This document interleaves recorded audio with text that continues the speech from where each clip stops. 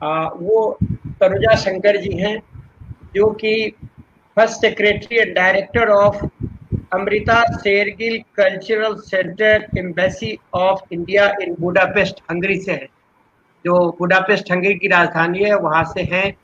और इनकी बहुत ही वैविध्यपूर्ण इनका व्यक्तित्व रहा है। She had masters in English literature, फिर इन्होंने थिएटर में काम किया है, फिल्म की एडिटिंग की है और बहुत टीचिंग भी किया है, और बहुत सारी इनकी यात्राएं रही हैं, संस्कृति से जुड़ी हुई हैं। तो तनुजा शंकर जी से हम लोग आज बात करेंगे। इनकी जो सांस्कृतिक यात्रा है, कल्चरल जर्नी जो है, और उसमें इस यात्रा में कैसे देखती हैं इसको। तो अभी हम लोग बिना देर किए हुए तनुजा शंकर जी से केवल यह बताना चाहते हैं कि मैडम, यह जो culture matters with Kailash Mishra है, यह एक ओपन प्लेटफॉर्म है, जहाँ पे यह एक ओपन स्पेस है, जहाँ पर आपको फ्रीडम है, आप अपनी बात को कहेंगे। उसके बाद जो व्यूअर्स के पॉइंट के कुछ जिज्ञासा, कुछ प्रश्न आएंगे, और कुछ जो हमारे प्रश्न होंगे, उन सभी को लेकर के हम आपसे बतकही करेंगे। और इस तरह से जो हमारी आपकी जो जो लैंग्वेज ऑफ कम्युनिकेशन होगा, वह कुछ हिंदी, कुछ अंग्रेजी, यह भी एक हार्मनी बिटवीन द लैंग्वेजेस का एक हम मिसाल पेश करेंगे। आपको culture matters with Kailash Mishra में स्वागत है। धन्यवाद। नमस्कार कैलाश जी, मैं उम्मीद कर रही हूँ कि मेरी आवाज आप दोनों तक पहुँच रही है, यानी कि सभी तक पहुँच रही होगी। जी जी जी, बिल्कुल बिल्कुल, फर्स्ट क्लास, फर्स्ट क्लास। तकरीबन 7,000 किलोमीटर दूर हूँ, इसलिए ये चेक करना भी जरूरी है। जी जी जी, बिल्कुल। मुझे अच्छा लग रहा है आपके इस प्लेटफॉर्म पर आना, और मैं ये कहना चाहूंगी कि पिछले कुछ महीनों में जो एक बहुत ही अजीबोगरीब स्थिति पूरी दुनिया में पैदा हो चुकी है, जिसकी वजह से हम सभी लोग अब ज्यादा सोशल मीडिया पर एक दूसरे से करीब हो गए हैं। जो शायद पहले हम बहुत लोगों से मुलाकात नहीं कर पाते थे, या उनसे फोन पर या किसी और तरीके से बात करने का या संपर्क करने का हमारे पास ना समय था और ना ही माध्यम उतना था। और अभी हम सभी ने इन माध्यमों को समझने की कोशिश की, और आज हम मुखातिब हैं आप लोगों इतनी दूर से। तो धन्यवाद मुझे शामिल करने के लिए। धीरे धीरे लोग जुड़ रहे हैं, तो मैं भी धीरे धीरे अपनी कहानी कहना चाहूँगी।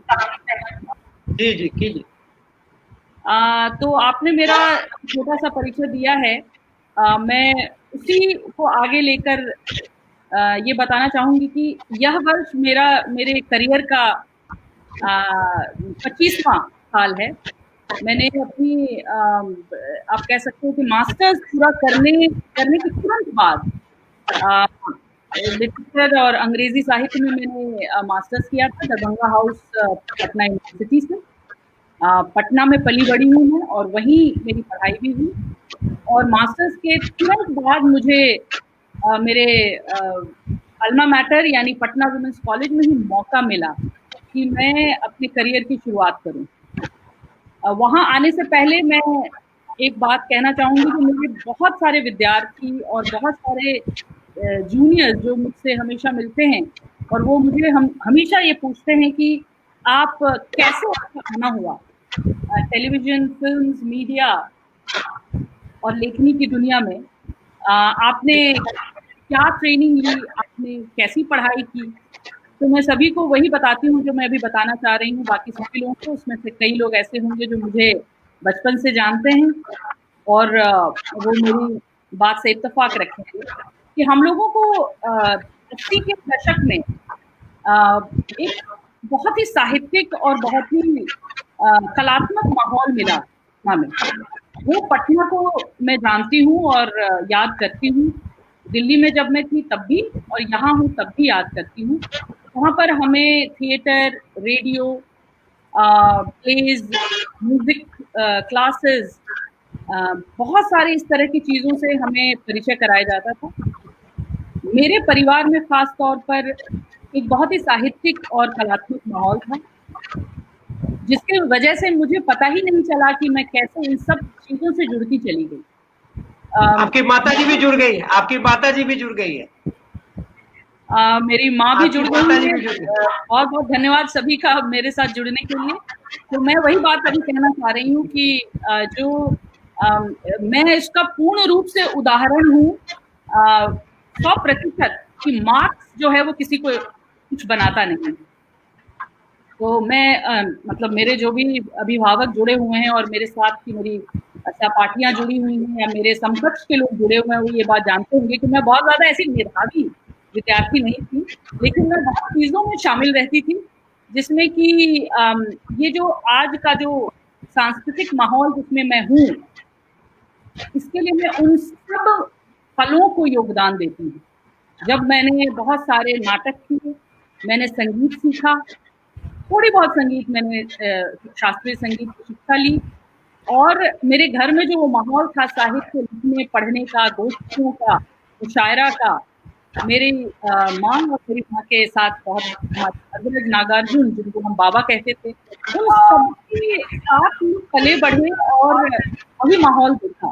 तो कहीं ट्रेनिंग नहीं मिली, बस आप ये कह सकते हो कि स्कूल से लेके कॉलेज तक, और कॉलेज से लेकर जो मेरा करियर शुरू हुआ यानी कि 1994, इसलिए मैं कहूंगी ये मेरा 25वां वर्ष है। उस वक्त तक ये सारी चीजों ने मुझे संबल दिया, और मुझे पता ही नहीं चला कैसे मुझे मीडिया और फिल्मों और टेलीविजन के प्रति आकर्षण हो गया। पटना में रहते वक्त भी मैंने कुछ, मेरी आवाज सुनाई दे रही है? गोपाल बजाज भी आपको सुन रहे हैं, राम गोपाल बजाज भी, उनके स्टेटमेंट को जरा वो करो जी, मैं आपको कहना चाह रहा था। राम गोपाल बजाज भी सुन रहे हैं आपको। मेरे सारे अग्रज जुड़ रहे हैं, और मुझे मैं अपने आप को बहुत इस वक्त मतलब असहज भी महसूस कर रही हूँ, क्योंकि मैं मानती हूँ कि मैं बहुत साधारण व्यक्ति रही हूँ, और मुझे मेरी यात्रा में कुछ असाधारण पल मिल गए, जिसकी वजह से मैं आज यहाँ हूँ, और उन असाधारण पलों को बस मैंने पकड़ लिया। जितने बार मैं स्टेज पर नाटक करने जाती थी, और जितने बार मैं स्कूल में वन एक्ट कॉम्पिटिशन में पार्टिसिपेट करती थी, जितने बार माइक के सामने रहती थी, मैं घबराती थी, बहुत नर्वस होती थी, लेकिन हर बार उस पल को मैंने जीत लिया। और धीरे धीरे 90 के दशक में कुछ फिल्में बनने लगी थी, डॉक्यूमेंट्रीज पटना में, और मुझे ऐसा महसूस हुआ कि मैं इन फिल्मों को समझने की मुझे कोशिश करने की जरूरत पड़ी, और मैंने कुछ फिल्मों में बतौर स्क्रिप्ट राइटर, कभी कभार ट्रांसलेटर, कभी कभार एज एन इंटरव्यूअर मुझे मौका मिला, और मैंने ये रियलाइज किया कि शायद मेरे में ये खूबी है। और वैसे तो मैं मास्टर्स हूँ इंग्लिश लिटरेचर में, लेकिन मुझे पहला मौका मिला पटना वुमेन्स कॉलेज में। मेरा मास्टर्स बस पूरा हुआ था, और मुझे रेडियो एंड टीवी जर्नलिज्म की एडहॉक लेक्चरर के तौर पे मौका मिला, और मौका ही नहीं मिला, मुझे कोर टीम में पटना वुमेन्स कॉलेज के कम्युनिकेटिव इंग्लिश डिपार्टमेंट में हिस्सा लेने का मौका मिला, जिसमें मैंने सीखते सीखते पढ़ाया। मेरे सारे विद्यार्थी इसके उदाहरण हैं, क्योंकि मैं पढ़ती थी, सीखती थी, और फिर उनको पढ़ाती थी, क्योंकि कहीं पे कोई कैमरा, कहीं कोई लाइट्स, कहीं कोई स्क्रिप्ट की ट्रेनिंग नहीं मुझे मिली थी। और उस तरीके से मेरा जर्नी शुरू हुआ। And then the time came when I came to New Delhi, because New Delhi and Bombay are the two places which are actually synonymous with media, television, and filmmaking. I had wanted to, of course, go to Bombay. I wanted to go to Film and Television Institute of India too, but during those times it was not possible. There were some constrictions. So I came to New Delhi, and I got this amazing opportunity by my mentor, Anuradha Prasad ji. उन्होंने मुझे मौका दिया, और उन्होंने मुझे एक ऐसे television show में मौका दिया जो मुझे लगता है कि बहुत सारे लोग को मुझसे ईर्ष्या भी होती थी, क्योंकि वो एक फूड एंड ट्रैवल शो था।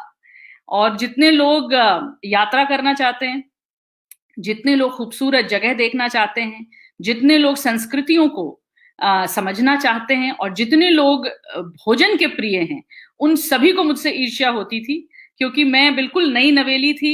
ये 1997 की बात है और मुझे ये ट्रैवल शो करने का मौका मिला, जिसमें मेरा पहला स्क्रिप्ट मुझे याद है कि उसकी काफी क्रिटिसिज्म हुई, बिकॉज वो उसमें काफी सारे ऐसे नुक्स निकले और धीरे धीरे धीरे करके मैंने देखा कि सब कुछ हैंड्स ऑन हो गया।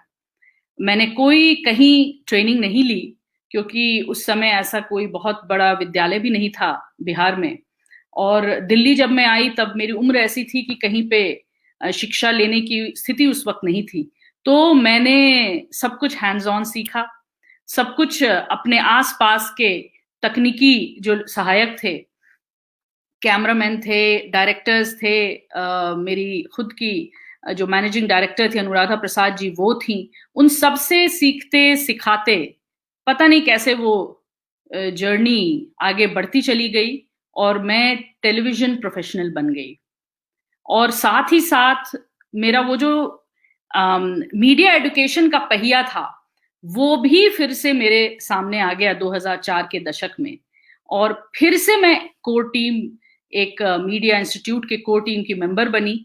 वहां जितने भी अग्रज थे, जितने भी बड़े थे, उन सब से मैंने फिर से सीखना शुरू किया। और मुझे ऐसा लगा कि सीखने की एक्चुअली कोई उम्र नहीं होती। वो सारे पल मुझे याद हैं जब उस वक्त नए नए टीवी चैनल्स शुरू हुए थे, जी टीवी का आगमन हुआ था, स्टार प्लस धीरे धीरे आ रहा था, न्यूज चैनल्स थे न्यू दिल्ली में।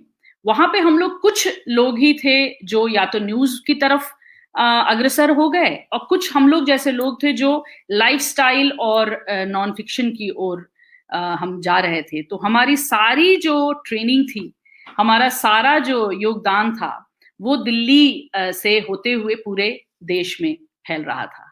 और उस वक्त हमने सारी चीजों को, सारी विधाओं को मैंने कोशिश की, जिसमें डॉक्यूमेंट्रीज भी एक अहम वक्त था मेरे जिंदगी का। 2002 का वो पड़ाव था जब मैंने पहली डॉक्यूमेंट्री अपनी बनाई। वो डॉक्यूमेंट्री एक छोटी, एक ट्राइबल अफेयर्स मिनिस्ट्री की डॉक्यूमेंट्री थी, बट वो उस डॉक्यूमेंट्री के लिए मैं 3 दिन एक आदिवासी गांव में रही। वो मेरे लिए एक बहुत ही निराला अनुभव था, क्योंकि ट्रैवल शोज जब मैं कर रही थी तो हमें बड़े पॉश होटलों में ठहराया जाता था, हमें वो सारी सुविधाएं दी जाती थी जो आप एज अ डायरेक्टर आप जाते हो और आपको मिलती है, और आपके पास गाड़ी होता है, सब कुछ होता है। लेकिन यहाँ पर मैं उस आदिवासी गांव में, जो कि मध्य प्रदेश के एक ऐसे अति पिछड़े इलाके में वो गांव था, जिसमें कि मैं वहां की महिलाओं की कहानी को समझने के लिए और शूट करने के लिए गई थी। उस डॉक्यूमेंट्री का नाम था वन पुत्री, और उसमें एक भारिया नाम के ट्राइब की डॉक्यूमेंट्री को मैंने बनाया। और उस वक्त मैंने 3 दिन उस गांव में बिताए। मैं थी, मेरी क्रू थी जो कि बहुत छोटी सी थी, और वहां पे सभी लोग जो मर्द थे वो सारे लोग महुआ चुनने चले गए थे जंगल में, और गांव में सिर्फ महिलाएं थी। और वो एक अत्यंत अजीबोगरीब समय था जब मुझे सभी की इंटरव्यूज लेनी है और कोई है नहीं। और उस वक्त किस तरीके से हम लोग जंगलों में जा करके उन सारे लोगों को उनसे बात करना, उनको समझाना, उनको समझ में नहीं आ रहा था कि उनको क्यों बोलना है इस कुछ एक अजीब सा, एक उनको कैमरा एक अजीब सा लगता था, उनको लगा कि हमें क्यों बोलना है इसमें। लेकिन वो हम उनको कन्विंस करना, कड़ी धूप में, रात में जहां बिजली नहीं थी, वहां पे मैंने अपने कैमरामैन से जाना कि किस तरह से मशालों से हम लाइट क्रिएट कर सकते हैं, और हमने 20 मशाल जला लिया, और 20 मशाल में, मशाल की रोशनी में मैंने नृत्य शूट किया, मैंने इंटरव्यू शूट किए, और वहां बहुत सारी इस तरह की खूबसूरत चीजें शूट की, उन महिलाओं की, उन बच्चों की, उन लोगों की। और वो डॉक्यूमेंट्री वन पित्री मेरी पहली डॉक्यूमेंट्री थी जो दूरदर्शन पे दिखाई भी गई। और इस तरह से मैंने देखा कि मुझे, मेरी विधा मुझे समझ में आने लगी। मुझे लगा कि मैं कमर्शियल, बहुत ज्यादा कमर्शियल टेलीविजन या कमर्शियल फिल्मों को बनाने के की रुचि मुझ में थोड़ी कम लगी मुझे, और मैंने डॉक्यूमेंट्रीज की ओर ज्यादा अपने रुचि को जाते हुए देखा। और फिर मैंने काफी सारी डॉक्यूमेंट्रीज बनानी शुरू की, और धीरे धीरे लोगों ने मुझे काम देना शुरू किया। थोड़े दिन के लिए मैंने फ्रीलांस किया। बहुत थक गई थी मैं किसी एक प्रोडक्शन हाउस में और कुछ चैनलों के लिए काम करके। और फिर मैंने ये देखा कि कुछ ऐसे मुद्दे मेरे सामने आने लगे जिस पे मुझे लगा कि डॉक्यूमेंट्रीज बननी चाहिए। और फिर मुझे एक सब्जेक्ट मिला, मुझे बोला गया कि ये सब्जेक्ट पे आप एक फिल्म बनाइए। अपने कश्मीर में जो वेस्ट पाकिस्तान की जो बॉर्डर है, ये करीब 2008-9 के वक्त, वहां पे कई सारे लोग वेस्ट पाकिस्तान से, जो वहां के हिंदू लोग थे, जिसमें कई लोग पिछड़ी जाति के हिंदू थे, पंजाब के थे, उन सारे लोगों को ऑफ कोर्स पार्टीशन के समय भागना पड़ा, पर वो वहां फंस गए क्योंकि वो पंजाब नहीं जा पाए। तो वहां पे उनकी बहुत सारे ऐसे इलाके थे जहां पे उनको बसना पड़ा, और उनको सिटीजनशिप के लिए वो लड़ रहे थे। यानी कि वो ना हिंदुस्तान के रहे और ना वो पाकिस्तान के रहे। उनको सभी लोग यही कहते रहे कि तुम तो वेस्ट पाकिस्तान के रेफ्यूजी हो। और उस तरीके से उस सब्जेक्ट पर मैंने फिल्म बनाई, जो मैं चाहूंगी कि अगर हो सके, लिंक मैंने दिया है, अगर वो थोड़ा चला दिया जाए तो लोग थोड़ा उस फिल्म को देखेंगे। मैंने लिंक दिया था, उसको थोड़ा अगर चलाया जाए।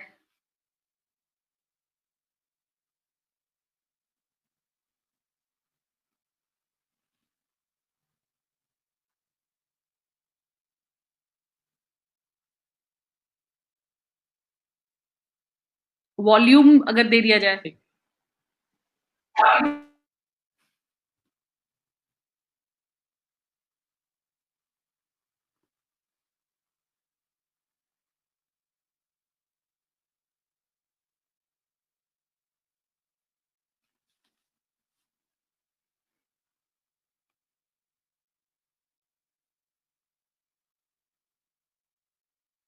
तो इस फिल्म के जरिए ये एक बात कही गई।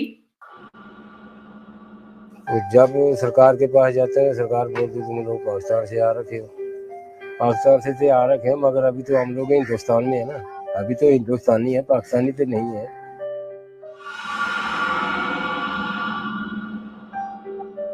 अगू साढ़े अगे तीसरी पीढ़ी बदल जानी, चौथी तो फिर अगू साढ़े बच्चे ही पढ़ांगे, पैसे कोई चौके लोगों को दुआरे दूरे, तो फिर साढ़े बच्चों को भी स्टेट सब्जेक्ट मंगने, तो साढ़े खर्चा करने की लोड़ है ना पढ़ाई दे बच्चे। They were promised land, home, lane, drain, education, jobs. 62 years since they're waiting.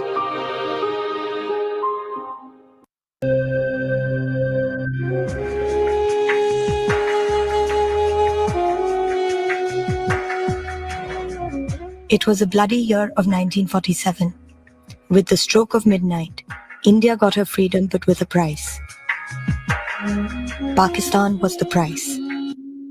मेरा भरा वड्डा ही ते मां ही मेरी ते मामे भी ही, वो फिर तू पता नहीं किस चले। If they are demanding and seeking residency and citizenship, they are after all Indians. का सिस्टम है यहाँ तो स्टेट सब्जेक्ट के बिना किसी को नौकरी नहीं मिलती, लेकिन यहाँ जो रिफ्यूजी इशू की बात है, इसके लिए उन्होंने कहा है कि इनको तब तक हम स्टेट सब्जेक्ट नहीं दे सकते जब तक यहाँ पे। ठीक है, अभी इतना ही काफी है। दूसरी फिल्म भी हम चला सकते हैं थोड़ी देर बाद। इस फिल्म के दौरान और इसके बाद भी बहुत सारे, ऑफ कोर्स ये करीब 2008 या 9 की फिल्म है, और इस फिल्म के दौरान, शूटिंग के दौरान, मुझे याद है कि हम उन सब इलाकों में गए जहां पर आतंकवाद बहुत ज्यादा जोरों से है। और मुझे याद है कि वो सारे छोटे छोटे घरों में लोग रह रहे थे, जहां जब हम गए तो वहां उन्हें लगा कि हम उन्हें कुछ देने के लिए आए हैं। ऐसे मुद्दों पर मुझे लगता है कि लोगों को जागरूक कराना जरूरी है और फिल्में बनानी जरूरी है।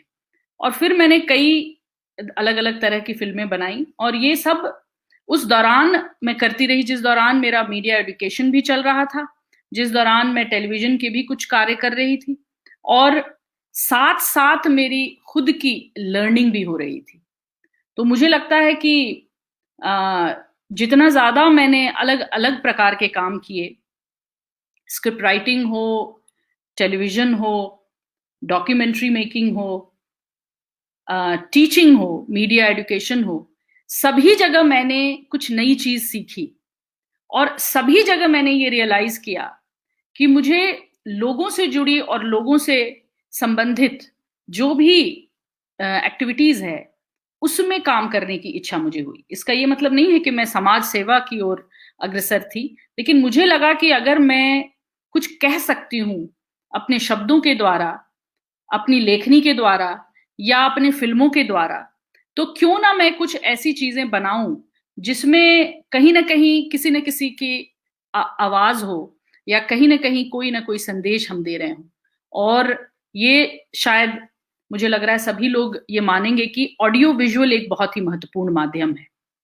फिर मैंने एक इस दौरान ऐसा एक वक्त आया जब 2014 में मैं बहुत दिनों से कुछ लिख रही थी। 2014 में मुझे ऐसा वक्त मौका मिला जो मैंने एक किताब भी लिखी, और वो किताब एक तरह से मैं ये तो नहीं कहूंगी कि फ्लूक है, लेकिन मैं ये कहूंगी कि अंदर जो मेरे बहुत दिनों से था कि मैं भी लिखूं, क्योंकि मेरे घर में बड़ी दिग्गज लिखने वाले लोग हैं, तो बचपन से पेड़ के नीचे बैठ के कुछ 2-4 लाइन मैं भी लिखा करती थी। लेकिन फाइनली मैंने सोचा चलो मैं लिखने का प्रयास करती हूँ। अगर मैं लिखूंगी नहीं तो मुझे पता कैसे चलेगा कि मैं लिख सकती हूँ या नहीं। डॉक्यूमेंट्री की स्क्रिप्ट लिखना या ट्रैवल शो की स्क्रिप्ट लिखना अलग है, दोस्तों को चिट्ठी लिखना अलग है, लेकिन अगर नॉवेल लिखा जाए तो कैसा रहेगा।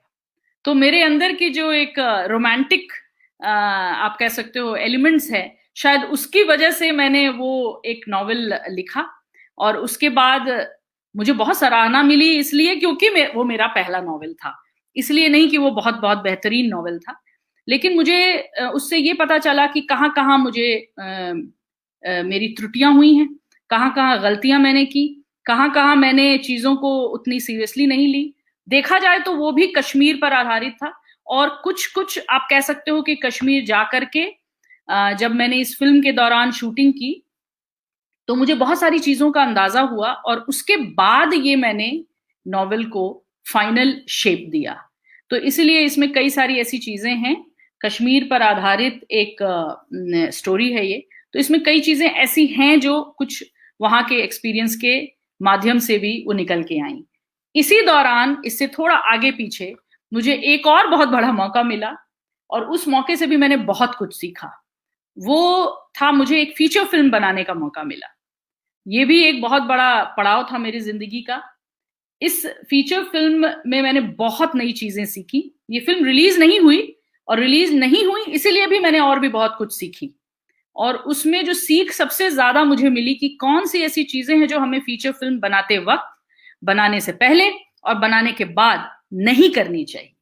तो ये चीज जो मुझे सीख मिली, तो आने वाली जिंदगी में कभी अगर मैं बनाऊंगी तो मैं इन चीजों को मैं ध्यान में रखूंगी। और इसके साथ साथ मेरी यात्रा दूरदर्शन तक पहुंची। दूरदर्शन में मुझे एक अच्छे सीनियर पद का मौका मिला, और मैं सरकार से जुड़ी। इससे पहले सरकार से जुड़ी हुई मेरे बहुत ज्यादा कार्य नहीं मैंने किए थे, क्योंकि मेरे जितने भी प्रोग्राम्स थे या जितने भी काम मैंने किए वो प्राइवेट कंपनीज और प्राइवेट ऑर्गेनाइजेशंस के साथ थे।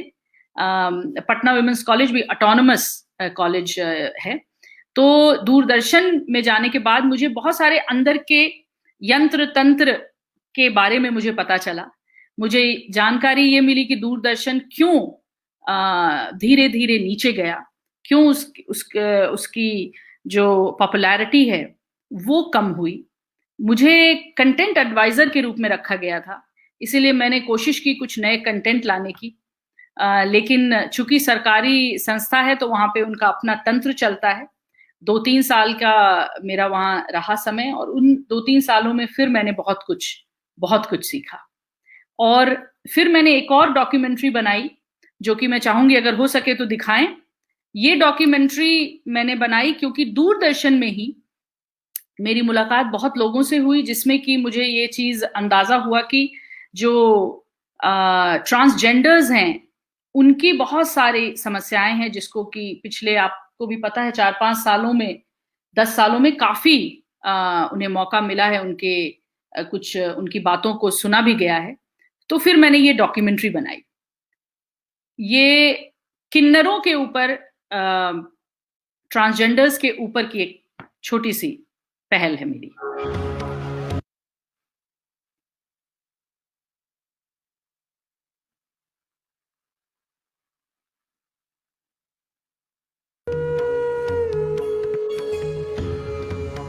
मेरे बुजुर्गों के कंधों पे धर्म की स्थापना हुई, सत्य का विजय हुआ और आज हम ही दुर्लक्षित हैं। ब्रिटिशर्स ने हमें बड़े खूबसूरत तरीके से मुख्य धारा से निकाल के फेंक दिया। प्रेम का ही संदेश जो हमसे छिन गया,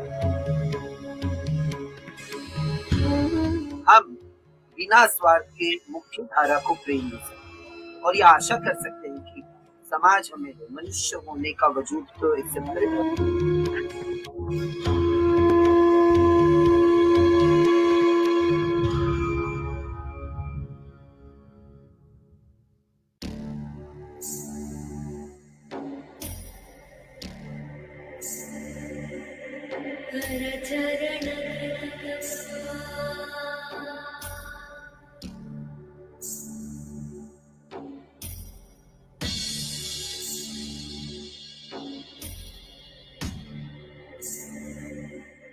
Dolly loves dressing up. Her translucent skin. मतलब मैं ये भी कहती हूँ तो कि अगर श्रीखंडी नहीं रहते तो धर्म स्थापना ही नहीं होता। भीष्म पितामह को अर्जुन की हिम्मत नहीं थी कि वो बाणों की शैया पे लिटा देते भीष्म पितामह को। मेरे बुजुर्गों के कंधों पे धर्म की स्थापना हुई, सत्य का विजय हुआ और आज हम ही दुर्लक्षित हैं। 317 साल हो गए, 250 साल Britishers.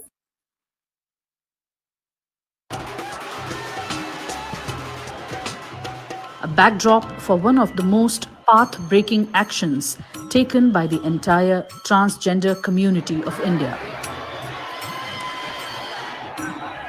To participate in the holiest of holy dip and forming a Kinnar Akhada or religious community amidst processions and slogans. What was the thought behind it?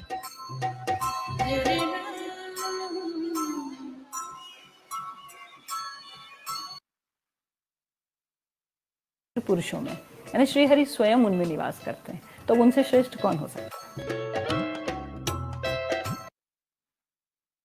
Under the Constitution, criminalizing gay sex is irrational and indefensible, said Chief Justice Deepak Mishra, who headed the 5-judge bench hearing the case. तो इस film के जरिए एक ऐसे मुद्दे पर बात करने की कोशिश की गई जिसमें कि लोग आमतौर पे या तो इसके बारे में बात करते नहीं हैं या अंडर द कार्पेट उसको डाल देते हैं। तो ये फिल्म ट्रांसजेंडर्स के कुछ मुद्दों के बारे में थी और किस तरीके से वो अपनी पहचान के लिए अलग अलग माध्यम का इस्तेमाल करते हैं। उनकी स्थिति, बहुत सारे ऐसे ग्रुप्स हैं जिनको कि उनके खुद के कम्युनिटी में ही उन्हें मदद मिलती है और उनको किसी तरीके से उनको जीविका मिलती है उनके खुद के कम्युनिटी में ही। घर से जब निकाल दिया जाता है या बच्चे ऐसे जो जिस भी कारण, फिजियोलॉजिकल डिफेक्ट के कारण या जिस भी कारणवश वो उनको उनके माँ बाप उनको अपने घर से निकाल देते हैं, तो वो कैसे अपना जिंदगी व्यापन करते हैं, ये फिल्म उसके ऊपर भी है। और ये फिल्म इनके एक बड़े ही रेवोल्यूशनरी एक्शन 2016 के महाकुंभ में इन्होंने किन्नर अखाड़ा शुरू किया क्योंकि आप सभी को पता है कि जो हिंदू के जो अलग अलग सेक्ट्स कम्युनिटीज हैं उसमें अखाड़े बहुत महत्वपूर्ण हैं। तो इन्होंने अपना खुद का किन्नर अखाड़ा शुरू किया और मैं वहां मौजूद थी उज्जैन में, 3-4 दिन लगातार इनके साथ रही और मैंने देखा किस तरीके से इनके आगे पीछे भक्तों की भीड़ लगी रहती थी इन्हें इनके पांव छूने के लिए, क्योंकि हमारे प्राचीन तरीके से इनको वाकई में आदर सम्मान दिया जाता था। लेकिन कई 100 वर्षों में धीरे धीरे इनकी स्थिति गंभीर होती चली गई। इनको यहाँ तक कि सेनापति बनाया जाता था, इनको रक्षक बनाया जाता था और इनको पूरे रनिवास अगर है, महिलाओं का रनिवास है तो उनके रक्षक ये होते थे। इतना ज्यादा उनको रिस्पेक्ट दिया जाता था। Unfortunately situation deteriorated down the years in many hundreds of years, but now gradually the most important thing which has been talked about in this film is how law can help. So if legal restrictions are taken out and legal rights are given to them, then they can work together with us in our offices and we are not going to look down upon them. अगर आप Europe वगैरह आए तो यहाँ पे काफी हद तक स्थिति थोड़ी सी बेहतर है। अब मैं आती हूं अपने यूरोप के उस पड़ाव पे जो मेरे इस पूरे यात्रा में, चूंकि मैं अभी इस पड़ाव जी रही हूं, इसलिए इस पूरे यात्रा में एक वाक्य में कहना चाहूंगी कि मैंने कभी कुछ सुनियोजित तरीके से प्लान नहीं किया जिंदगी में। जो जैसा होता गया मैं उस रास्ते पे चलती चली गई। जैसे एक नदी का बहाव होता है, वो नदी जैसे जैसे बहती है वो अपना रास्ता खुद निकाल लेती है। रास्ते में कई पत्थर आते हैं, कई गांव आते हैं, कई ऐसे लोग आते हैं, तो नदी सबको देती ही है। तो मैंने कोशिश पूरी की कि मैं जैसे जैसे जिंदगी मुझे जहां जहां ले जाए मैं बहुत ज्यादा उसके साथ मुशक्कत करके अपनी जिंदगी को बदलने की कोशिश उस तरीके से नहीं करूंगी। और यही हुआ 2017 के अंत में ऐसा मुझे मौका मिला। मेरे सामने ये बहुत बड़ा एक बहुत बड़ी चुनौती थी, एक बहुत बड़ा चयन करना था मुझे, क्योंकि मैं उस वक्त एक टेलीविजन चैनल में काम कर रही थी जहां पे मुझे 2 बहुत अच्छे प्रोजेक्ट मेरे हाथ में थे। एक तो मैं 40 एपिसोड का फूड शो कर रही थी, जो कि अपने आप में बहुत दिनों बाद मुझे मिला था एक फूड का शो करने का, तो मैं उसको बहुत आनंद से कर रही थी। और दूसरा एक बहुत नया चैलेंजिंग काम था साइबर क्राइम, जो कि आप लोगों को भी पता है कि पिछले कुछ सालों में बहुत ज्यादा संजीदा हो गया है ये मुद्दा। और इस पे रिसर्च मैंने किया और कुछ सच्ची घटनाओं को लेकर के, और वो एक सीरीज में कर रही थी। लेकिन ऐसा ईश्वर कृपा कहिए या जो कहिए, सभी चीजें समय पर खत्म हुई और मेरा चयन हुआ। और चयन के वक्त मुझे मेरे जो इंटरव्यू पैनल जो था उसने मुझसे पूछा भी कि आप कहाँ जाना चाहेंगी। मैंने कुछ भी कहा नहीं। और उसके बाद मुझे उन लोगों ने हंगरी नाम के देश में, जो कि ईस्टर्न यूरोप में पड़ता है, बुदापेस्ट नाम के शहर में मुझे बतौर डायरेक्टर इंडिया कल्चरल सेंटर में मुझे स्थापित किया गया। और मैं यहाँ 2018 अक्टूबर में मैंने चार्ज लिया। मेरी डेजिग्नेशन सरकारी तौर पे फर्स्ट सेक्रेटरी की है और साथ में मैं आज प्रेस की भी प्रभारी हूँ। यानी कि पूरा सोशल मीडिया और सारे प्रेस से कनेक्टेड हूँ मैं। जो भी मिनिस्ट्री ऑफ एक्सटर्नल अफेयर्स से चीजें होती हैं वो मैं हैंडल करती हूँ एम्बेसी ऑफ इंडिया हंगरी में। यहाँ पर मैं बतौर डायरेक्टर हूँ। 3 चीजें इंपॉर्टेंट हैं जो मैं कहना चाहूंगी। एक तो ऑफ कोर्स नया देश, new country. Second thing was of course absolutely new role, and third was new goal. तो ये जो 3 चीज मेरे सामने चुनौती के रूप में आई, new assignment, new role and new goal. But अगर आप मुझे आज पूछेंगे तो मैं ये बताऊंगी कि बचपन से लेके आज तक की जो भी चीजें मैंने की हैं, जब मैं संगीत सीख रही थी, जब मैं स्कूल में और अपने कॉलेज में और भंगिमा में और बाकी कई जगहों पर, इप्टा में, अरिपन में, जब मैं मैथिली और हिंदी के नाटक कर रही थी, जब मैं अपने परिवार के साथ बहुत सारे संगोष्ठियों में, गोष्ठियों में और दुनिया भर के साहित्यिक कार्यक्रमों में मैं सम्मिलित रहती थी, वो सभी कुछ ने मुझे आज का ये पद संभालने के लिए तैयार किया। और मैं ये बात सही में कहूंगी कि अगर कोई ये बात पूछे किसी से कि आप कोई भी चीज कैसे कर लोगे या आपको इसके लिए क्या तैयारी करनी पड़ी, तो मैं यही कहूंगी कि तैयारी तो मैं बचपन से कर रही थी। ये तो एक दिन की तैयारी थी ही नहीं। तो अगर मैंने फूड एंड ट्रैवल शो किया तो आज मैं एक डायस्पोरा डायरी बना रही हूं यहाँ पे, और वो डायस्पोरा डायरी यहाँ के इंडियन डायस्पोरा को लेकर के, सभी महिलाओं को लेकर के वो अपनी अपनी कहानियां कह रही हैं, और मैं यूट्यूब के लिए बना रही हूँ। करीब 5,500 डायस्पोरा हैं हंगरी में। अगर मुझे कोई कहे कि संगीत, आपने 3 साल शास्त्रीय संगीत सीख कर छोड़ दिया, उससे आपको क्या फायदा हुआ, तो मैं कहूंगी कि जब मैं यहाँ पर इतने बड़े बड़े हंगेरियन कलाकारों के साथ बैठती हूँ और वो सितार वादन करते हैं, पखावज बजाते हैं, तबला बजाते हैं, दुनिया भर के और भी हिंदुस्तानी संगीत को यहाँ प्रसारित कर रहे होते हैं, तो मेरी जो सुर की थोड़ी बहुत, सुर का जो ज्ञान था, वो मुझे सक्षम करता है कि मैं इस पद का आप कह सकते हैं कि आदर करूं और मैं अपने कार्य को आगे लेके जाऊं। तो हम लोग यहाँ पर भारत और हंगरी के दोनों देशों को जोड़ने के लिए जो एक डिप्लोमेटिक तरह तरह के जो रिलेशंस को जोड़ने के लिए जो नीतियां बनाई जाती हैं, दुनिया भर के जो मुझे लगता है सरकार, किसी भी देश की सरकार हो, उनकी फॉरेन की जो नीति है उसमें कल्चरल डिप्लोमेसी आज एक बहुत बहुत अहम रोल रखता है।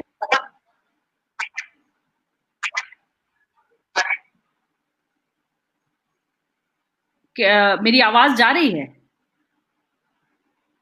जी जी, आप बोलिए आ रही। तो आ रही है, बोलिए।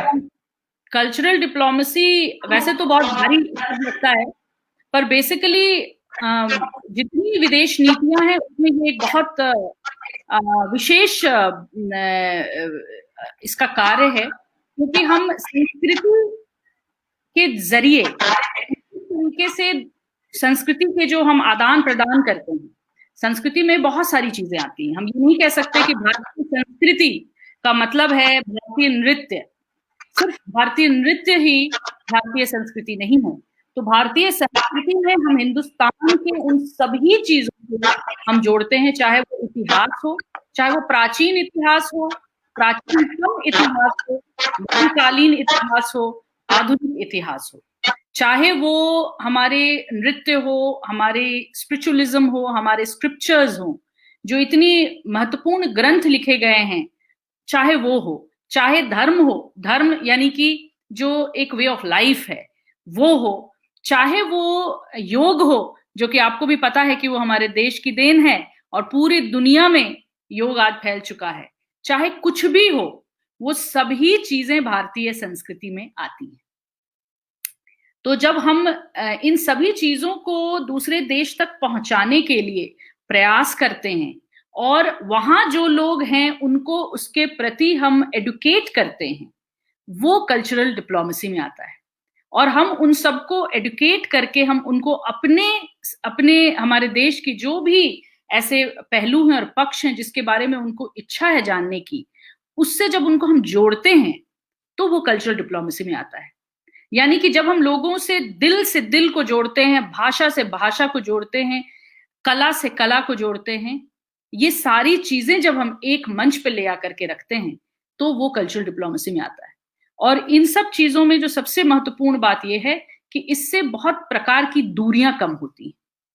सबसे बड़े जो दूरी कम होती है वो है अज्ञानता की, क्योंकि आमतौर पे जो किताबें लिखी गई हैं जो बहुत सालों में, या बहुत सारी जो इंटरप्रिटेशंस हैं वो बहुत बार एक तरफा हो सकती हैं, बहुत बार वो गलत तरीके से लिखी गई भी हो सकती हैं, बहुत बार वो अवेलेबल नहीं हो सकती हैं। आज सोशल मीडिया की वजह से बहुत चीज अवेलेबल है, तो ये जरूरी है कि इतने सारे जो लोगों तक चीजें उनको लग रही हैं मोबाइल पर और इंटरनेट के जरिए मिल रही हैं, वो क्या चुने, क्या पढ़ें। तो उनको उनके ज्ञान को कम कर, अज्ञानता को कम करने के लिए सही चीज बताना। फोरम्स बहुत सारे होते हैं, बहुत बार ऐसे होते हैं जहां पर हम फेस्टिवल्स में भाग लेते हैं, बहुत बार ऐसा होता है जो एम्बेसी खुद बहुत सारे फेस्टिवल्स करती हैं, बहुत सारे कार्यक्रम करती हैं। हम पब्लिकेशंस के जरिए इस चीज को बढ़ावा दे सकते हैं, अच्छी किताबों को हम ट्रांसलेट कर सकते हैं, हंगेरियन किताबों को हिंदी में और हिंदी की किताबों को या देश के अन्य भाषाओं की किताबों को हंगेरियन में, ये भी कल्चरल डिप्लोमेसी के अंदर आता है। तो मैंने जो जब मैं यहाँ आई थी तो मैं बहुत थोड़ी बहुत घबराई हुई थी, क्योंकि मैं सरकारी बहुत सारी चीजों के बारे में मुझे ज्ञान नहीं था, और मुझे बहुत खुशी है कि मेरे जो यहाँ पे अग्रज हैं, जो राजदूत महोदय हैं, उन्होंने मुझे बहुत गाइड किया, और आज मैं सक्षम हूँ इस स्थिति में आकर के कि मैं जो मेरा जो गोल रोल जो है उसके साथ साथ जो मेरा गोल था उसको मैं पूरा करने के रास्ते पे चल रही हूँ। आप लोगों को ये जानकर हैरानी होगी कि यहाँ पर 1960 में भारतीय अध्ययन विभाग में हिंदी की शुरुआत हो गई थी, और 1980 के दशक में वो काफी परवान चढ़ा, बहुत तरह के अनुवाद होने शुरू हुए, बहुत सारे ऐसे फिल्मों के सबटाइटलिंग हुई, फिल्में यहाँ पर लोग देखना शुरू किए, फिल्म क्लब की स्थापना हुई, और लोगों तक हिंदी सिनेमा, हिंदी संगीत और हिंदी किताबों के जरिए बहुत सारी चीजें उपलब्ध हो गई। और हमारे देश में और हिंदुस्तान में कुछ गहरे संबंध भी हैं। मैं बताना चाहूंगी, यहाँ कुछ 150-200 साल पहले यहाँ के एक एक्सप्लोरर थे, एक हिस्टोरियन थे, एक व्यक्ति थे जिनका नाम था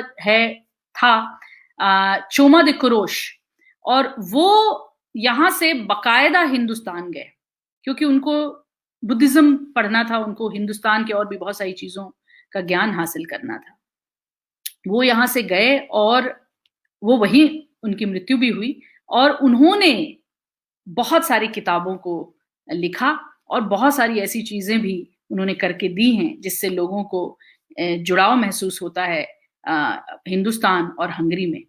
एक और व्यक्ति थे अरविंद बक्ते, और उनकी भतीजी अमृता शेरगिल, ये दोनों लोगों ने भी हिंदुस्तान से बहुत ही बेहतरीन रिश्ता कायम किया। अमृता शेरगिल का मैं नाम लेना चाहूंगी यहाँ पे खास तौर पे। हमारी जो हमारा सांस्कृतिक केंद्र है उसका नाम अमृता शेरगिल सांस्कृतिक केंद्र है, क्योंकि अमृता शेरगिल के पिता जो थे वो सिख थे और उनकी माता जो थी वो हंगेरियन थी, और वो 19वीं शताब्दी अर्ली 19th सेंचुरी की 20th सेंचुरी की वो बहुत मशहूर मॉडर्न पेंटर हैं। ऑफ कोर्स जब वो रही तो उन्होंने बहुत बहुत अनकन्वेंशनल और बहुत नई नई चीजों को उन्होंने उतारा अपने कूची के जरिए, लेकिन मरने के बाद उनका ज्यादा नाम हुआ है। और ये जरूरी है हमें कि हम इन लोगों को समझें और जानें। ये हंगेरियंस हैं, हाफ हंगेरियंस हैं, फुली हंगेरियंस हैं, जो बहुत काम कर रहे हैं। मैं आपको एक और नाम गिनाना चाहूंगी जो बहुत ज्यादा हम हंगरी और हिंदुस्तान से जुड़े हुए हैं, वो है रविन्द्रनाथ टैगोर। रविन्द्रनाथ ठाकुर जो हैं वो हंगरी में बीमार पड़ गए, वो इधर कहीं ट्रैवल कर रहे थे और उनकी तबीयत थोड़ी खराब हो गई हंगरी में, और वो यहाँ के एक बहुत ही खूबसूरत शहर जहाँ पर एक लेक बैलेटोन है, जो कि माना जाता है कि उसके पानी में मेडिसिनल प्रॉपर्टीज हैं, और वो वहाँ के हार्ट हॉस्पिटल में इलाज के लिए 2-4 महीने रुक गए, और उन्होंने बहुत खूबसूरत कविताएं भी लिखी। उनकी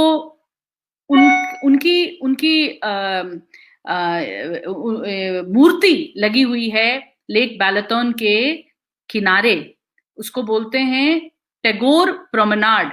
आप लोगों में से शायद बहुत कम लोगों को ये पता होगा कि अब जब आप हंगरी घूमने आओगे, बैलेटोन तो शायद आओगे ही, और बैलेटोन जब आओगे तो बैलेटोन के लेक के किनारे रविन्द्रनाथ ठाकुर जी की मूर्ति लगी हुई है। तो ये बहुत सारे ऐसे जुड़ाव के, भारत और हंगरी के जुड़ाव के बहुत ऐसे पल हैं, और ये लगातार चल रहे हैं। अभी हमारे 4 दिन के अंदर हिंदी दिवस हम मनाने जा रहे हैं। हम लगातार यहाँ पर ऐसे सांस्कृतिक कार्यक्रमों का आयोजन करते हैं जिसमें कि हिंदुस्तान और भारत और हंगरी के बीच का जो खूबसूरत संबंध है उसको हम लगातार पेश कर सकें। और वाकई में हिंदी एक बहुत महत्वपूर्ण, आप कह सकते हो कि वो सेतु है जिस पे हम और काम कर सकते हैं। यहाँ डॉक्टर मारिया नजेशी जी हैं जिन्होंने बहुत बहुत काम किया है भारतीय अध्ययन विभाग में। वो उनकी विभागाध्यक्ष भी रह चुकी हैं, HOD भी रह चुकी हैं, और आज वो हमारे हिंदी के कोर्स को लगातार चला रही हैं। हर व्यक्ति जो यहाँ पर भारत और भारतीय संस्कृति को आगे बढ़ाने का काम कर रहा है, उन सब के साथ मैं जुड़ी हुई हूँ। और मेरी ये लगातार कोशिश है कि हम कोशिश करें कि और कितना इन दोनों देशों को जोड़ने के लिए सांस्कृतिक रूप से और क्या क्या काम किया जा सकता है। मैं चूंकि फिल्म मेकर हूँ, इसलिए मैं बीच बीच में फिल्में भी बनाती रहती हूँ, और मेरी ये उम्मीद है कि बहुत जल्दी हम और कुछ फिल्म बड़े बड़े पर्दे पर आने वाली फिल्मों को मैं यहाँ पर मैं सूत्रधार बनूं और कुछ फिल्में यहाँ बने, टेलीविजन पे कुछ कंटेंट आए। मैं आपको बताना चाहूंगी एक बहुत रोचक बात कि अक्टूबर 2 तारीख को, जिस दिन हमारे महात्मा गांधी का जो 150वां वर्षगांठ मनाया जा रहा है महात्मा गांधी जी का, उसका हम लोग समापन कर रहे हैं। और हम यहाँ के बहुत पॉपुलर टीवी चैनल पे महात्मा गांधी के ऊपर हम लोग वहां बातचीत करने जा रहे हैं, और बहुत खूबसूरत एक नृत्य नाटिका हंगेरियन और हिंदुस्तानी आर्टिस्ट मिल करके तैयार कर रहे हैं, और वो हम ही टीवी पर दिखाने जा रहे हैं। ये सारी चीजें कल्चरल डिप्लोमेसी के अंदर आती हैं। मैं पिछले 2 साल में इन सब चीजों पे काम कर रही हूँ, और मुझे उम्मीद है कि मैं आने वाले समय में जितने दिन मैं यहाँ हूँ उतने दिन इन सब चीजों को आगे लेके बढ़ूं, और जो भी चीजें मैंने आज तक सीखी हैं वो मैं और लोगों को दूं, और यहाँ से बहुत बहुत कुछ सीख के जाऊं और बहुत सारे दिलों को जीत के जाऊं। ये है मेरी कहानी।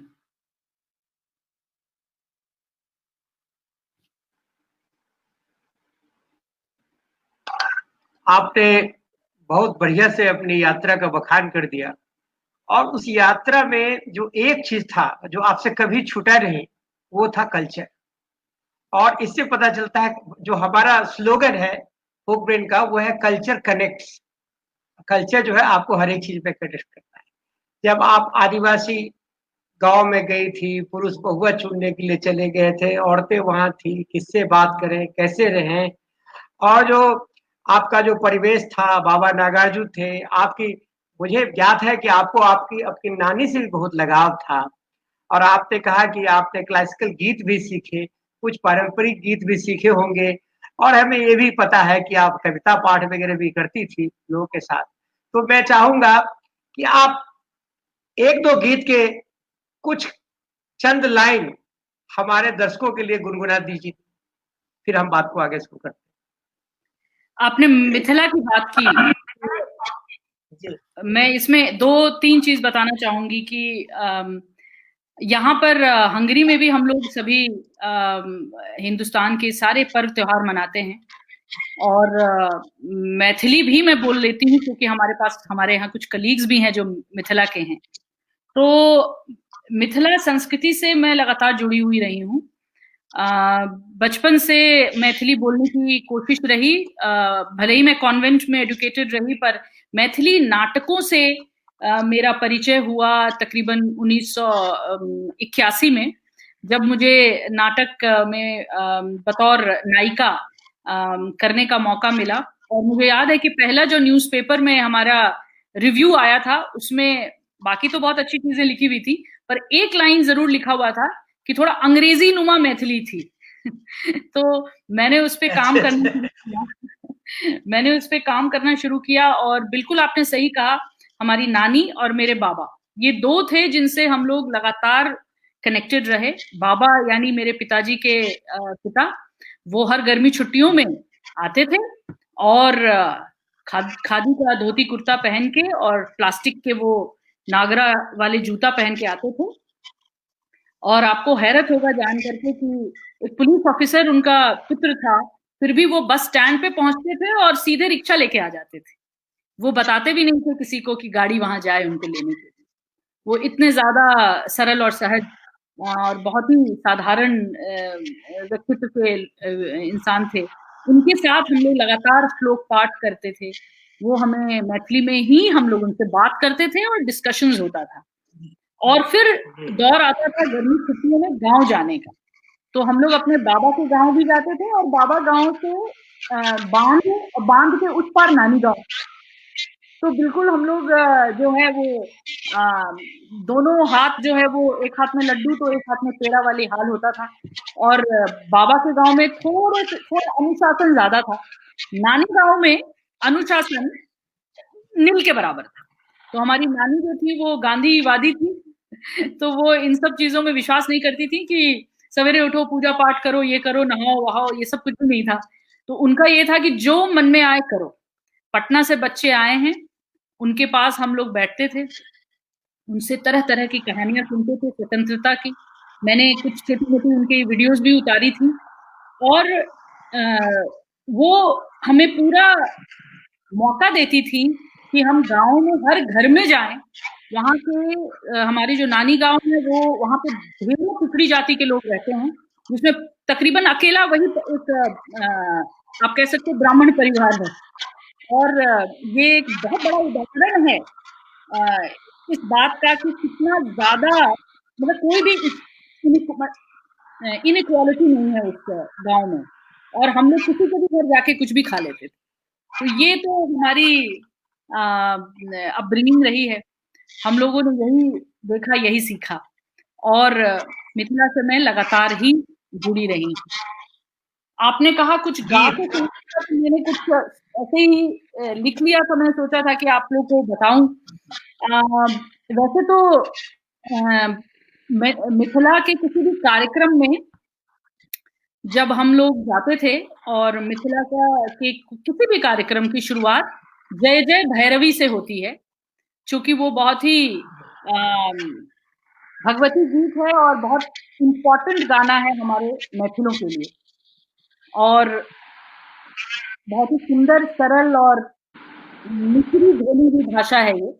इस भाषा में डांटा नहीं जा सकता किसी को। तो इस तरह की भाषा है, बोलने में अच्छा लगता है। तो मैं पहले तो वो आपको 2 लाइन सुनाऊंगी।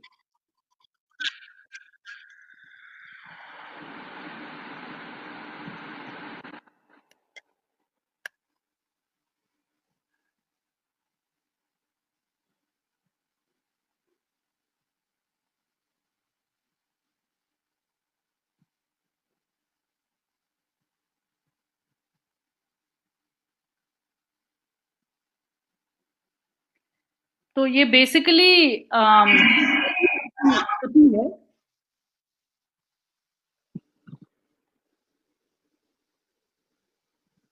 जय जय भैरवी असुर भयानी, पशुपति भामिनी माया, सहज सुमति वर दियो है गोसाउनी, अनुगति गति तू अकाया।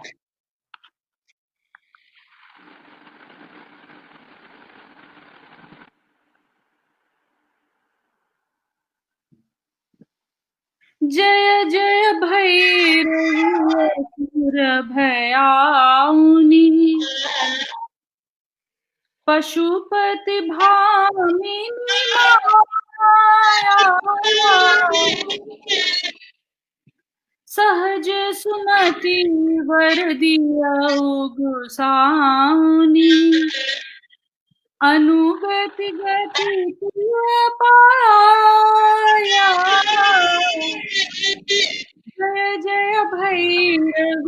सुर भयाउनि। तो इसमें देवी माँ की खूबसूरती और उनके रूप का बखान है। इस गाने से शुरुआत होती है हमेशा हमारे मिथिला के किसी भी आयोजन या किसी भी कार्यक्रम की। दूसरा मैं आपको 2 लाइन सुनाना चाहूंगी। इसको अलग अलग तरीके से अलग अलग गाया जाता है। ये मिथिला में प्राति के रूप में गाया जाता है। प्राति यानी सवेरे गाने वाला, ब्रह्म मुहूर्त में गाने मॉर्निंग वाला, सॉन्ग। Morning song. ये भी सभी को पता है कि हमारी संस्कृति में अलग अलग समय, अलग अलग मौसम, अलग अलग व्रत त्योहार, यहाँ तक कि बच्चा होने पर हर मौके पर गाने होते हैं, खास करके मिथिला में। तो ये जो गाना है इसका थोड़ा बैकग्राउंड बताती हूँ। जब अशोक वाटिका में सीता बैठी हुई थी निराश और उदास, राम की उनको याद आ रही थी, उस वक्त उनके आसपास त्रिजटा थी। रामानंद सागर की त्रिजटा नहीं, जो रियल में त्रिजटा है वो, और वो त्रिजटा जो थी वो विभीषण की बेटी हैं। अब ये त्रिजटा जो है रामानंद सागर ने तो बहुत ही खूंखार बना दिया था, पर वो उतनी खूंखार नहीं थी। वो बहुत ही वो खुद भी वैष्णव प्रवृत्ति की थी, क्योंकि विभीषण की पुत्री थी, और वो सीता के विरह को और इसको देख नहीं पाई, तो उन्होंने गाना गाया। तो ये मेरे थोड़ा सा अलग धुन है, जो कि पॉपुलर धुन जो नहीं है। इसका शब्द है जुनि करु राम वियोग है जननी।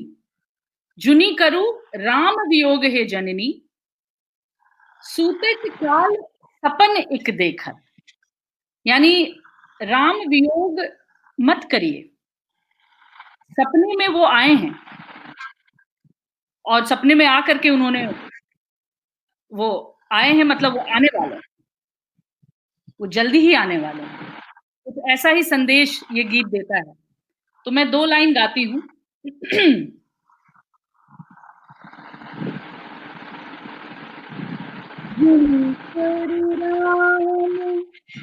वियोग है जननी, जुनि करु राम वियोग है जननी, सूतैत काल सपन एक देखल, जुनि करु राम वियोग है जननी, सूतैत काल सपन एक देखल, जुनि करु राम वियोग जननी। इतना ही।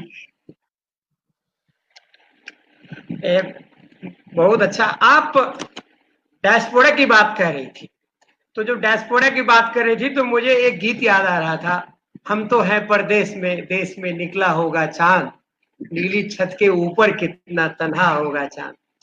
तो और जब हम संस्कृति की बात करते हैं तो कहा जाता है कि संस्कृति को आप तब समझते हैं जब आप अपनी संस्कृति से दूर हो जाते हैं।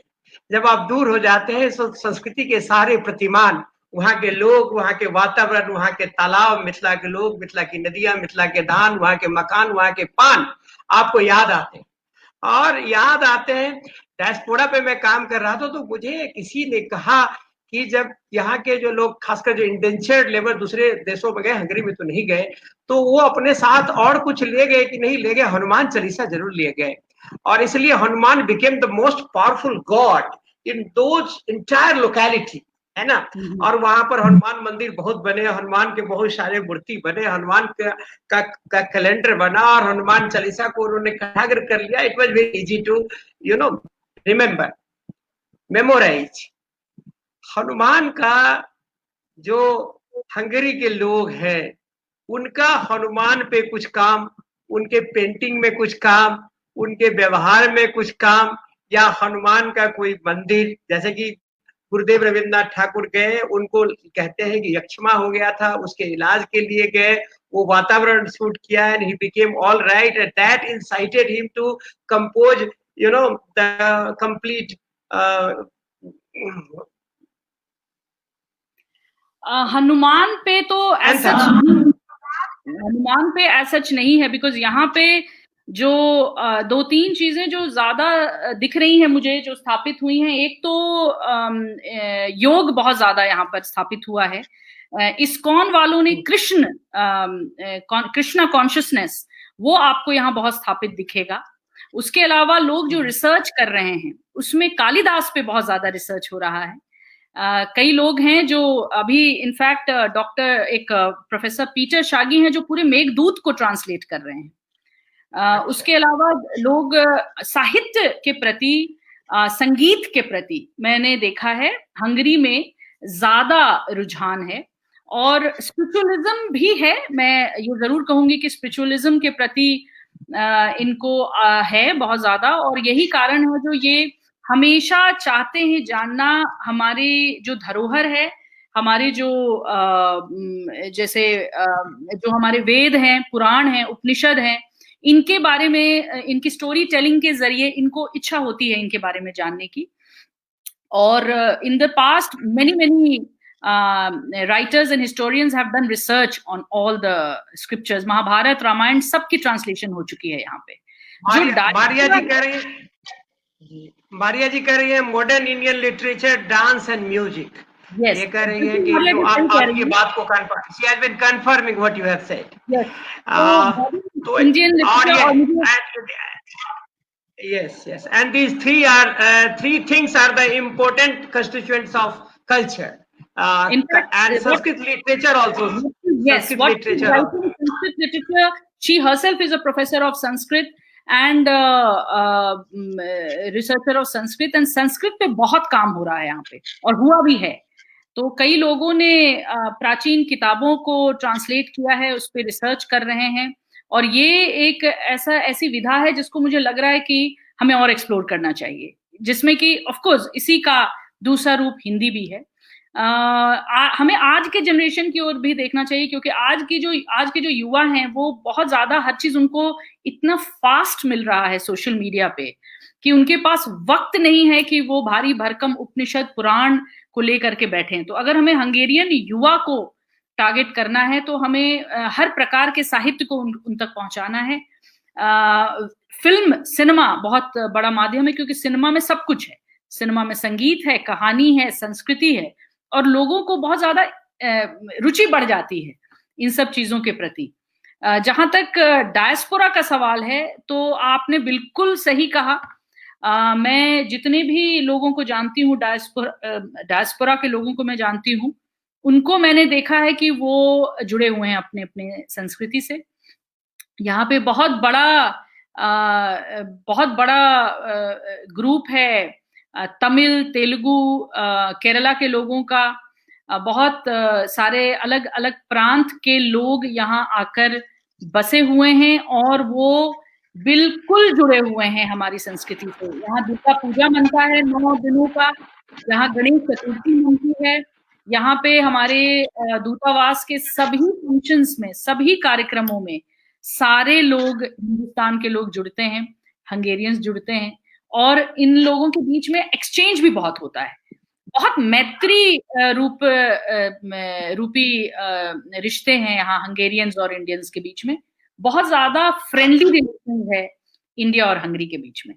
तो ये डेफिनेटली स्कोप बहुत ज्यादा है आगे कुछ करने का, और मैं उम्मीद, जैसा मैंने बोला, मैं उम्मीद कर रही हूँ कि मैं और भी इन सब चीजों पे काम करूं। और मारिया नेजेसी जो जुड़ी हुई है हमारे साथ, मुझे बहुत खुशी हुई मारिया जी कि आप जुड़ी हुई हैं, और जितने भी लोग हमारे साथ जुड़े हुए हैं, मेरे जो लोग साथ काम किया है, सोनाली रॉय जुड़ी हुई है जो यहाँ कथक की टीचर थी ICCR के थ्रू, अभी वो इंडिया वापस गई हैं। इन लोगों का बहुत बड़ा योगदान है सांस्कृतिक केंद्र को चलाने में और मुझे संबल देने में। मैं इन सभी लोगों से मैं बहुत कुछ सीख रही हूँ, और उम्मीद है कि अगले गीत गोविंद पर वहाँ कुछ काम, जी, गीत गोविंद पर वहाँ कुछ काम हुआ है? गीत गोविंद पे आई थिंक मारिया जी ज्यादा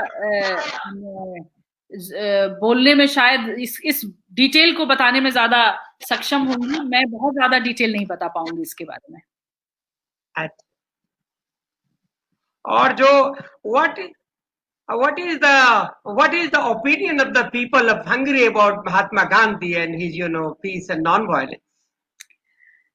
I think this is actually a very important question, and you are absolutely right.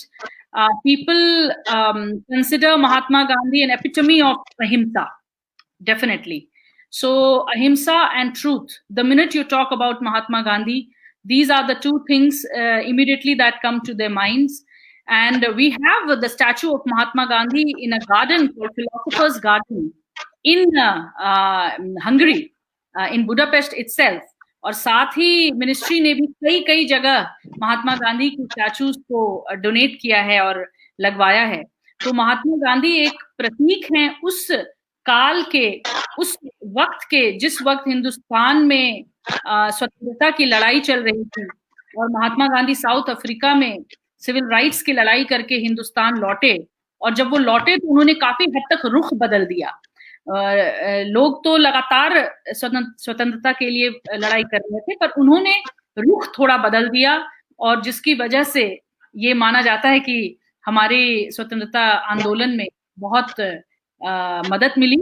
और स्वतंत्रता तो कई कारणों से मिली, लेकिन हाँ, महात्मा गांधी के उस प्रयास से हिंदुस्तान आजाद हुआ, वो हंगेरियंस लोगों को पता है। आप शुरू से लेके अंत तक, अभी तक की जो यात्रा है वो कल्चर की यात्रा है। आप कल्चर के गोद में पली हुई एक बच्ची हैं और कल्चर से ही आप विकसित हुई एक महिला है। तो आप हमें बताइए कि अगर मैं आपको कहूं कि what is the culture of peace, तो इसको आप कैसे डिफाइन करें? मैं एक अज्ञान विद्यार्थी हूं और मैं एक कल्चर के पुरोधा से कहता हूं कि मुझे कल्चर ऑफ पीस को डिफाइन करके बता दीजिए, तो आप कैसे कहें? मैं बस एक ही शब्द is to accept all humanity. Accept all humanity, regardless of caste, color, religion, creed, age, gender, regardless of Africa, India, Asia, America, regardless of anything. Peace के लिए अगर ह्यूमैनिटी को एक्सेप्ट किया जाए, इंसानियत को एक्सेप्ट किया जाए, तो मुझे लगता है कि that is the culture of peace. Accept them with their cultural practices. Everything, cultural practices, their beliefs, their thoughts, their natures and their different outlook. हर किसी का अलग अलग आउटलुक है, तो मुझे लग रहा है कि लिव एंड लेट लिव, जियो और जीने दो। तो तनुजा शंकर जी, आपका आना हमारे लिए बहुत अच्छा लगा, हमने बहुत कुछ सीखा आपसे। मैं देख रहा था कि हमारे जितने भी ऑडियंस है, व्यूअर्स हैं, वो बड़े एक्टिवली इंगेज थे आपके टॉक में, आपको सुन रहे थे, बधाई दे रहे थे, उत्साहित हो रहे थे। और मारिया जी को बहुत बहुत धन्यवाद। उन्होंने कहा कि गीत गोविंद हंगेरियन ट्रांसलेशन अवेलेबल है वहां पर। Yes, the Hungarian translation of Geet Govind is available in Hungary. तो यह भी प्रमाणित कर रहा है कि हम संस्कृति से, हम दो देश कितने करीब हैं, और ये संस्कृतियां जो है वो जोड़ती हैं और हम लोग जुड़ रहे हैं। आपसे हमें यह पता चला कि आप वहां जाके भी भारतीयता को नहीं भूली हैं, और आप भारत के लोगों को यह भी कहना चाह रही हैं कि हंगरी के लोग बहुत अच्छे हैं, और वो हमारी संस्कृति का, हमारे व्यक्तित्व का, हमारे देश का जो अस्तित्व है उसका सम्मान करते हैं। हमारा भी यह कर्तव्य होता है कि हम उनका सम्मान करते हैं। आर्या जी फिर कह रही है, congratulations for this program and for your talk. Really we are thankful to you for all your inputs, Maria जी। शाइस्ता अंजुम करी है, माशाल्लाह, बहुत खूब, और बहुत बहुत लोगों का आशीर्वाद है। पूर्णिमा सिंह कह रही है, पूनम सिंह कह रही है, बात जियो और जीने दो। मतलब सारी बातें आपने कह दी। आपका आना बहुत शुभ है हमारे लिए, और हमें लगता है कि आपको भी हमारे यहाँ आके अच्छा लगा होगा। योग और संस्कृति भाषा का विस्तार, हम जब अपने आप को योग गुरु कहते हैं तो हमें तो लगता है कि पहले बहुत सारे लोग कहते हैं कि केवल आप कहते हैं, लेकिन अब हमें ये लग रहा है कि नहीं, आप भी कहते हैं, आप भी कहते हैं, आप भी कहते हैं। यह जो मंत्र है, योग का जो वाइब्रेशन है, वो चारों तरफ से आ रहा है और हम उसको कर रहे हैं, और हमें उसमें खुश होने की जरूरत है लेकिन उमंग में बहुत ज्यादा आने की जरूरत नहीं है। हमें योग में और भी नूतन प्रयोग करना है और दुनिया को बताना है कि हम कैसे अच्छे से रह सकते हैं। योग का मतलब यह भी होता है कि प्रकृति और संस्कृति में समन्वय। योग का मतलब यह भी होता है कि हम अपने संस्कृतियों से प्रकृति को आघात न पहुंचाएं, एक तारतम्यता हो, और यह बात हम लोगों को देंगे। आप आई, हमें बहुत अच्छा लगा, धन्यवाद। और हम कभी भविष्य में भी आपको बुलाएं तो इसी तरह से आप आएंगे, हमें यह पूरा विश्वास है। तो तनुजा शंकर जी, एक बार पुनः आपका बहुत बहुत धन्यवाद। जय हिंद, जय भारत, जय भारत, जय हंगरी। धन्यवाद। It was बहुत quite an experience to know about Hungary through you. Thank you, Vandana and Dubey बताइए। थैंक यू वंदना जी। ठीक है मुकेश, अब कंक्लूड करो।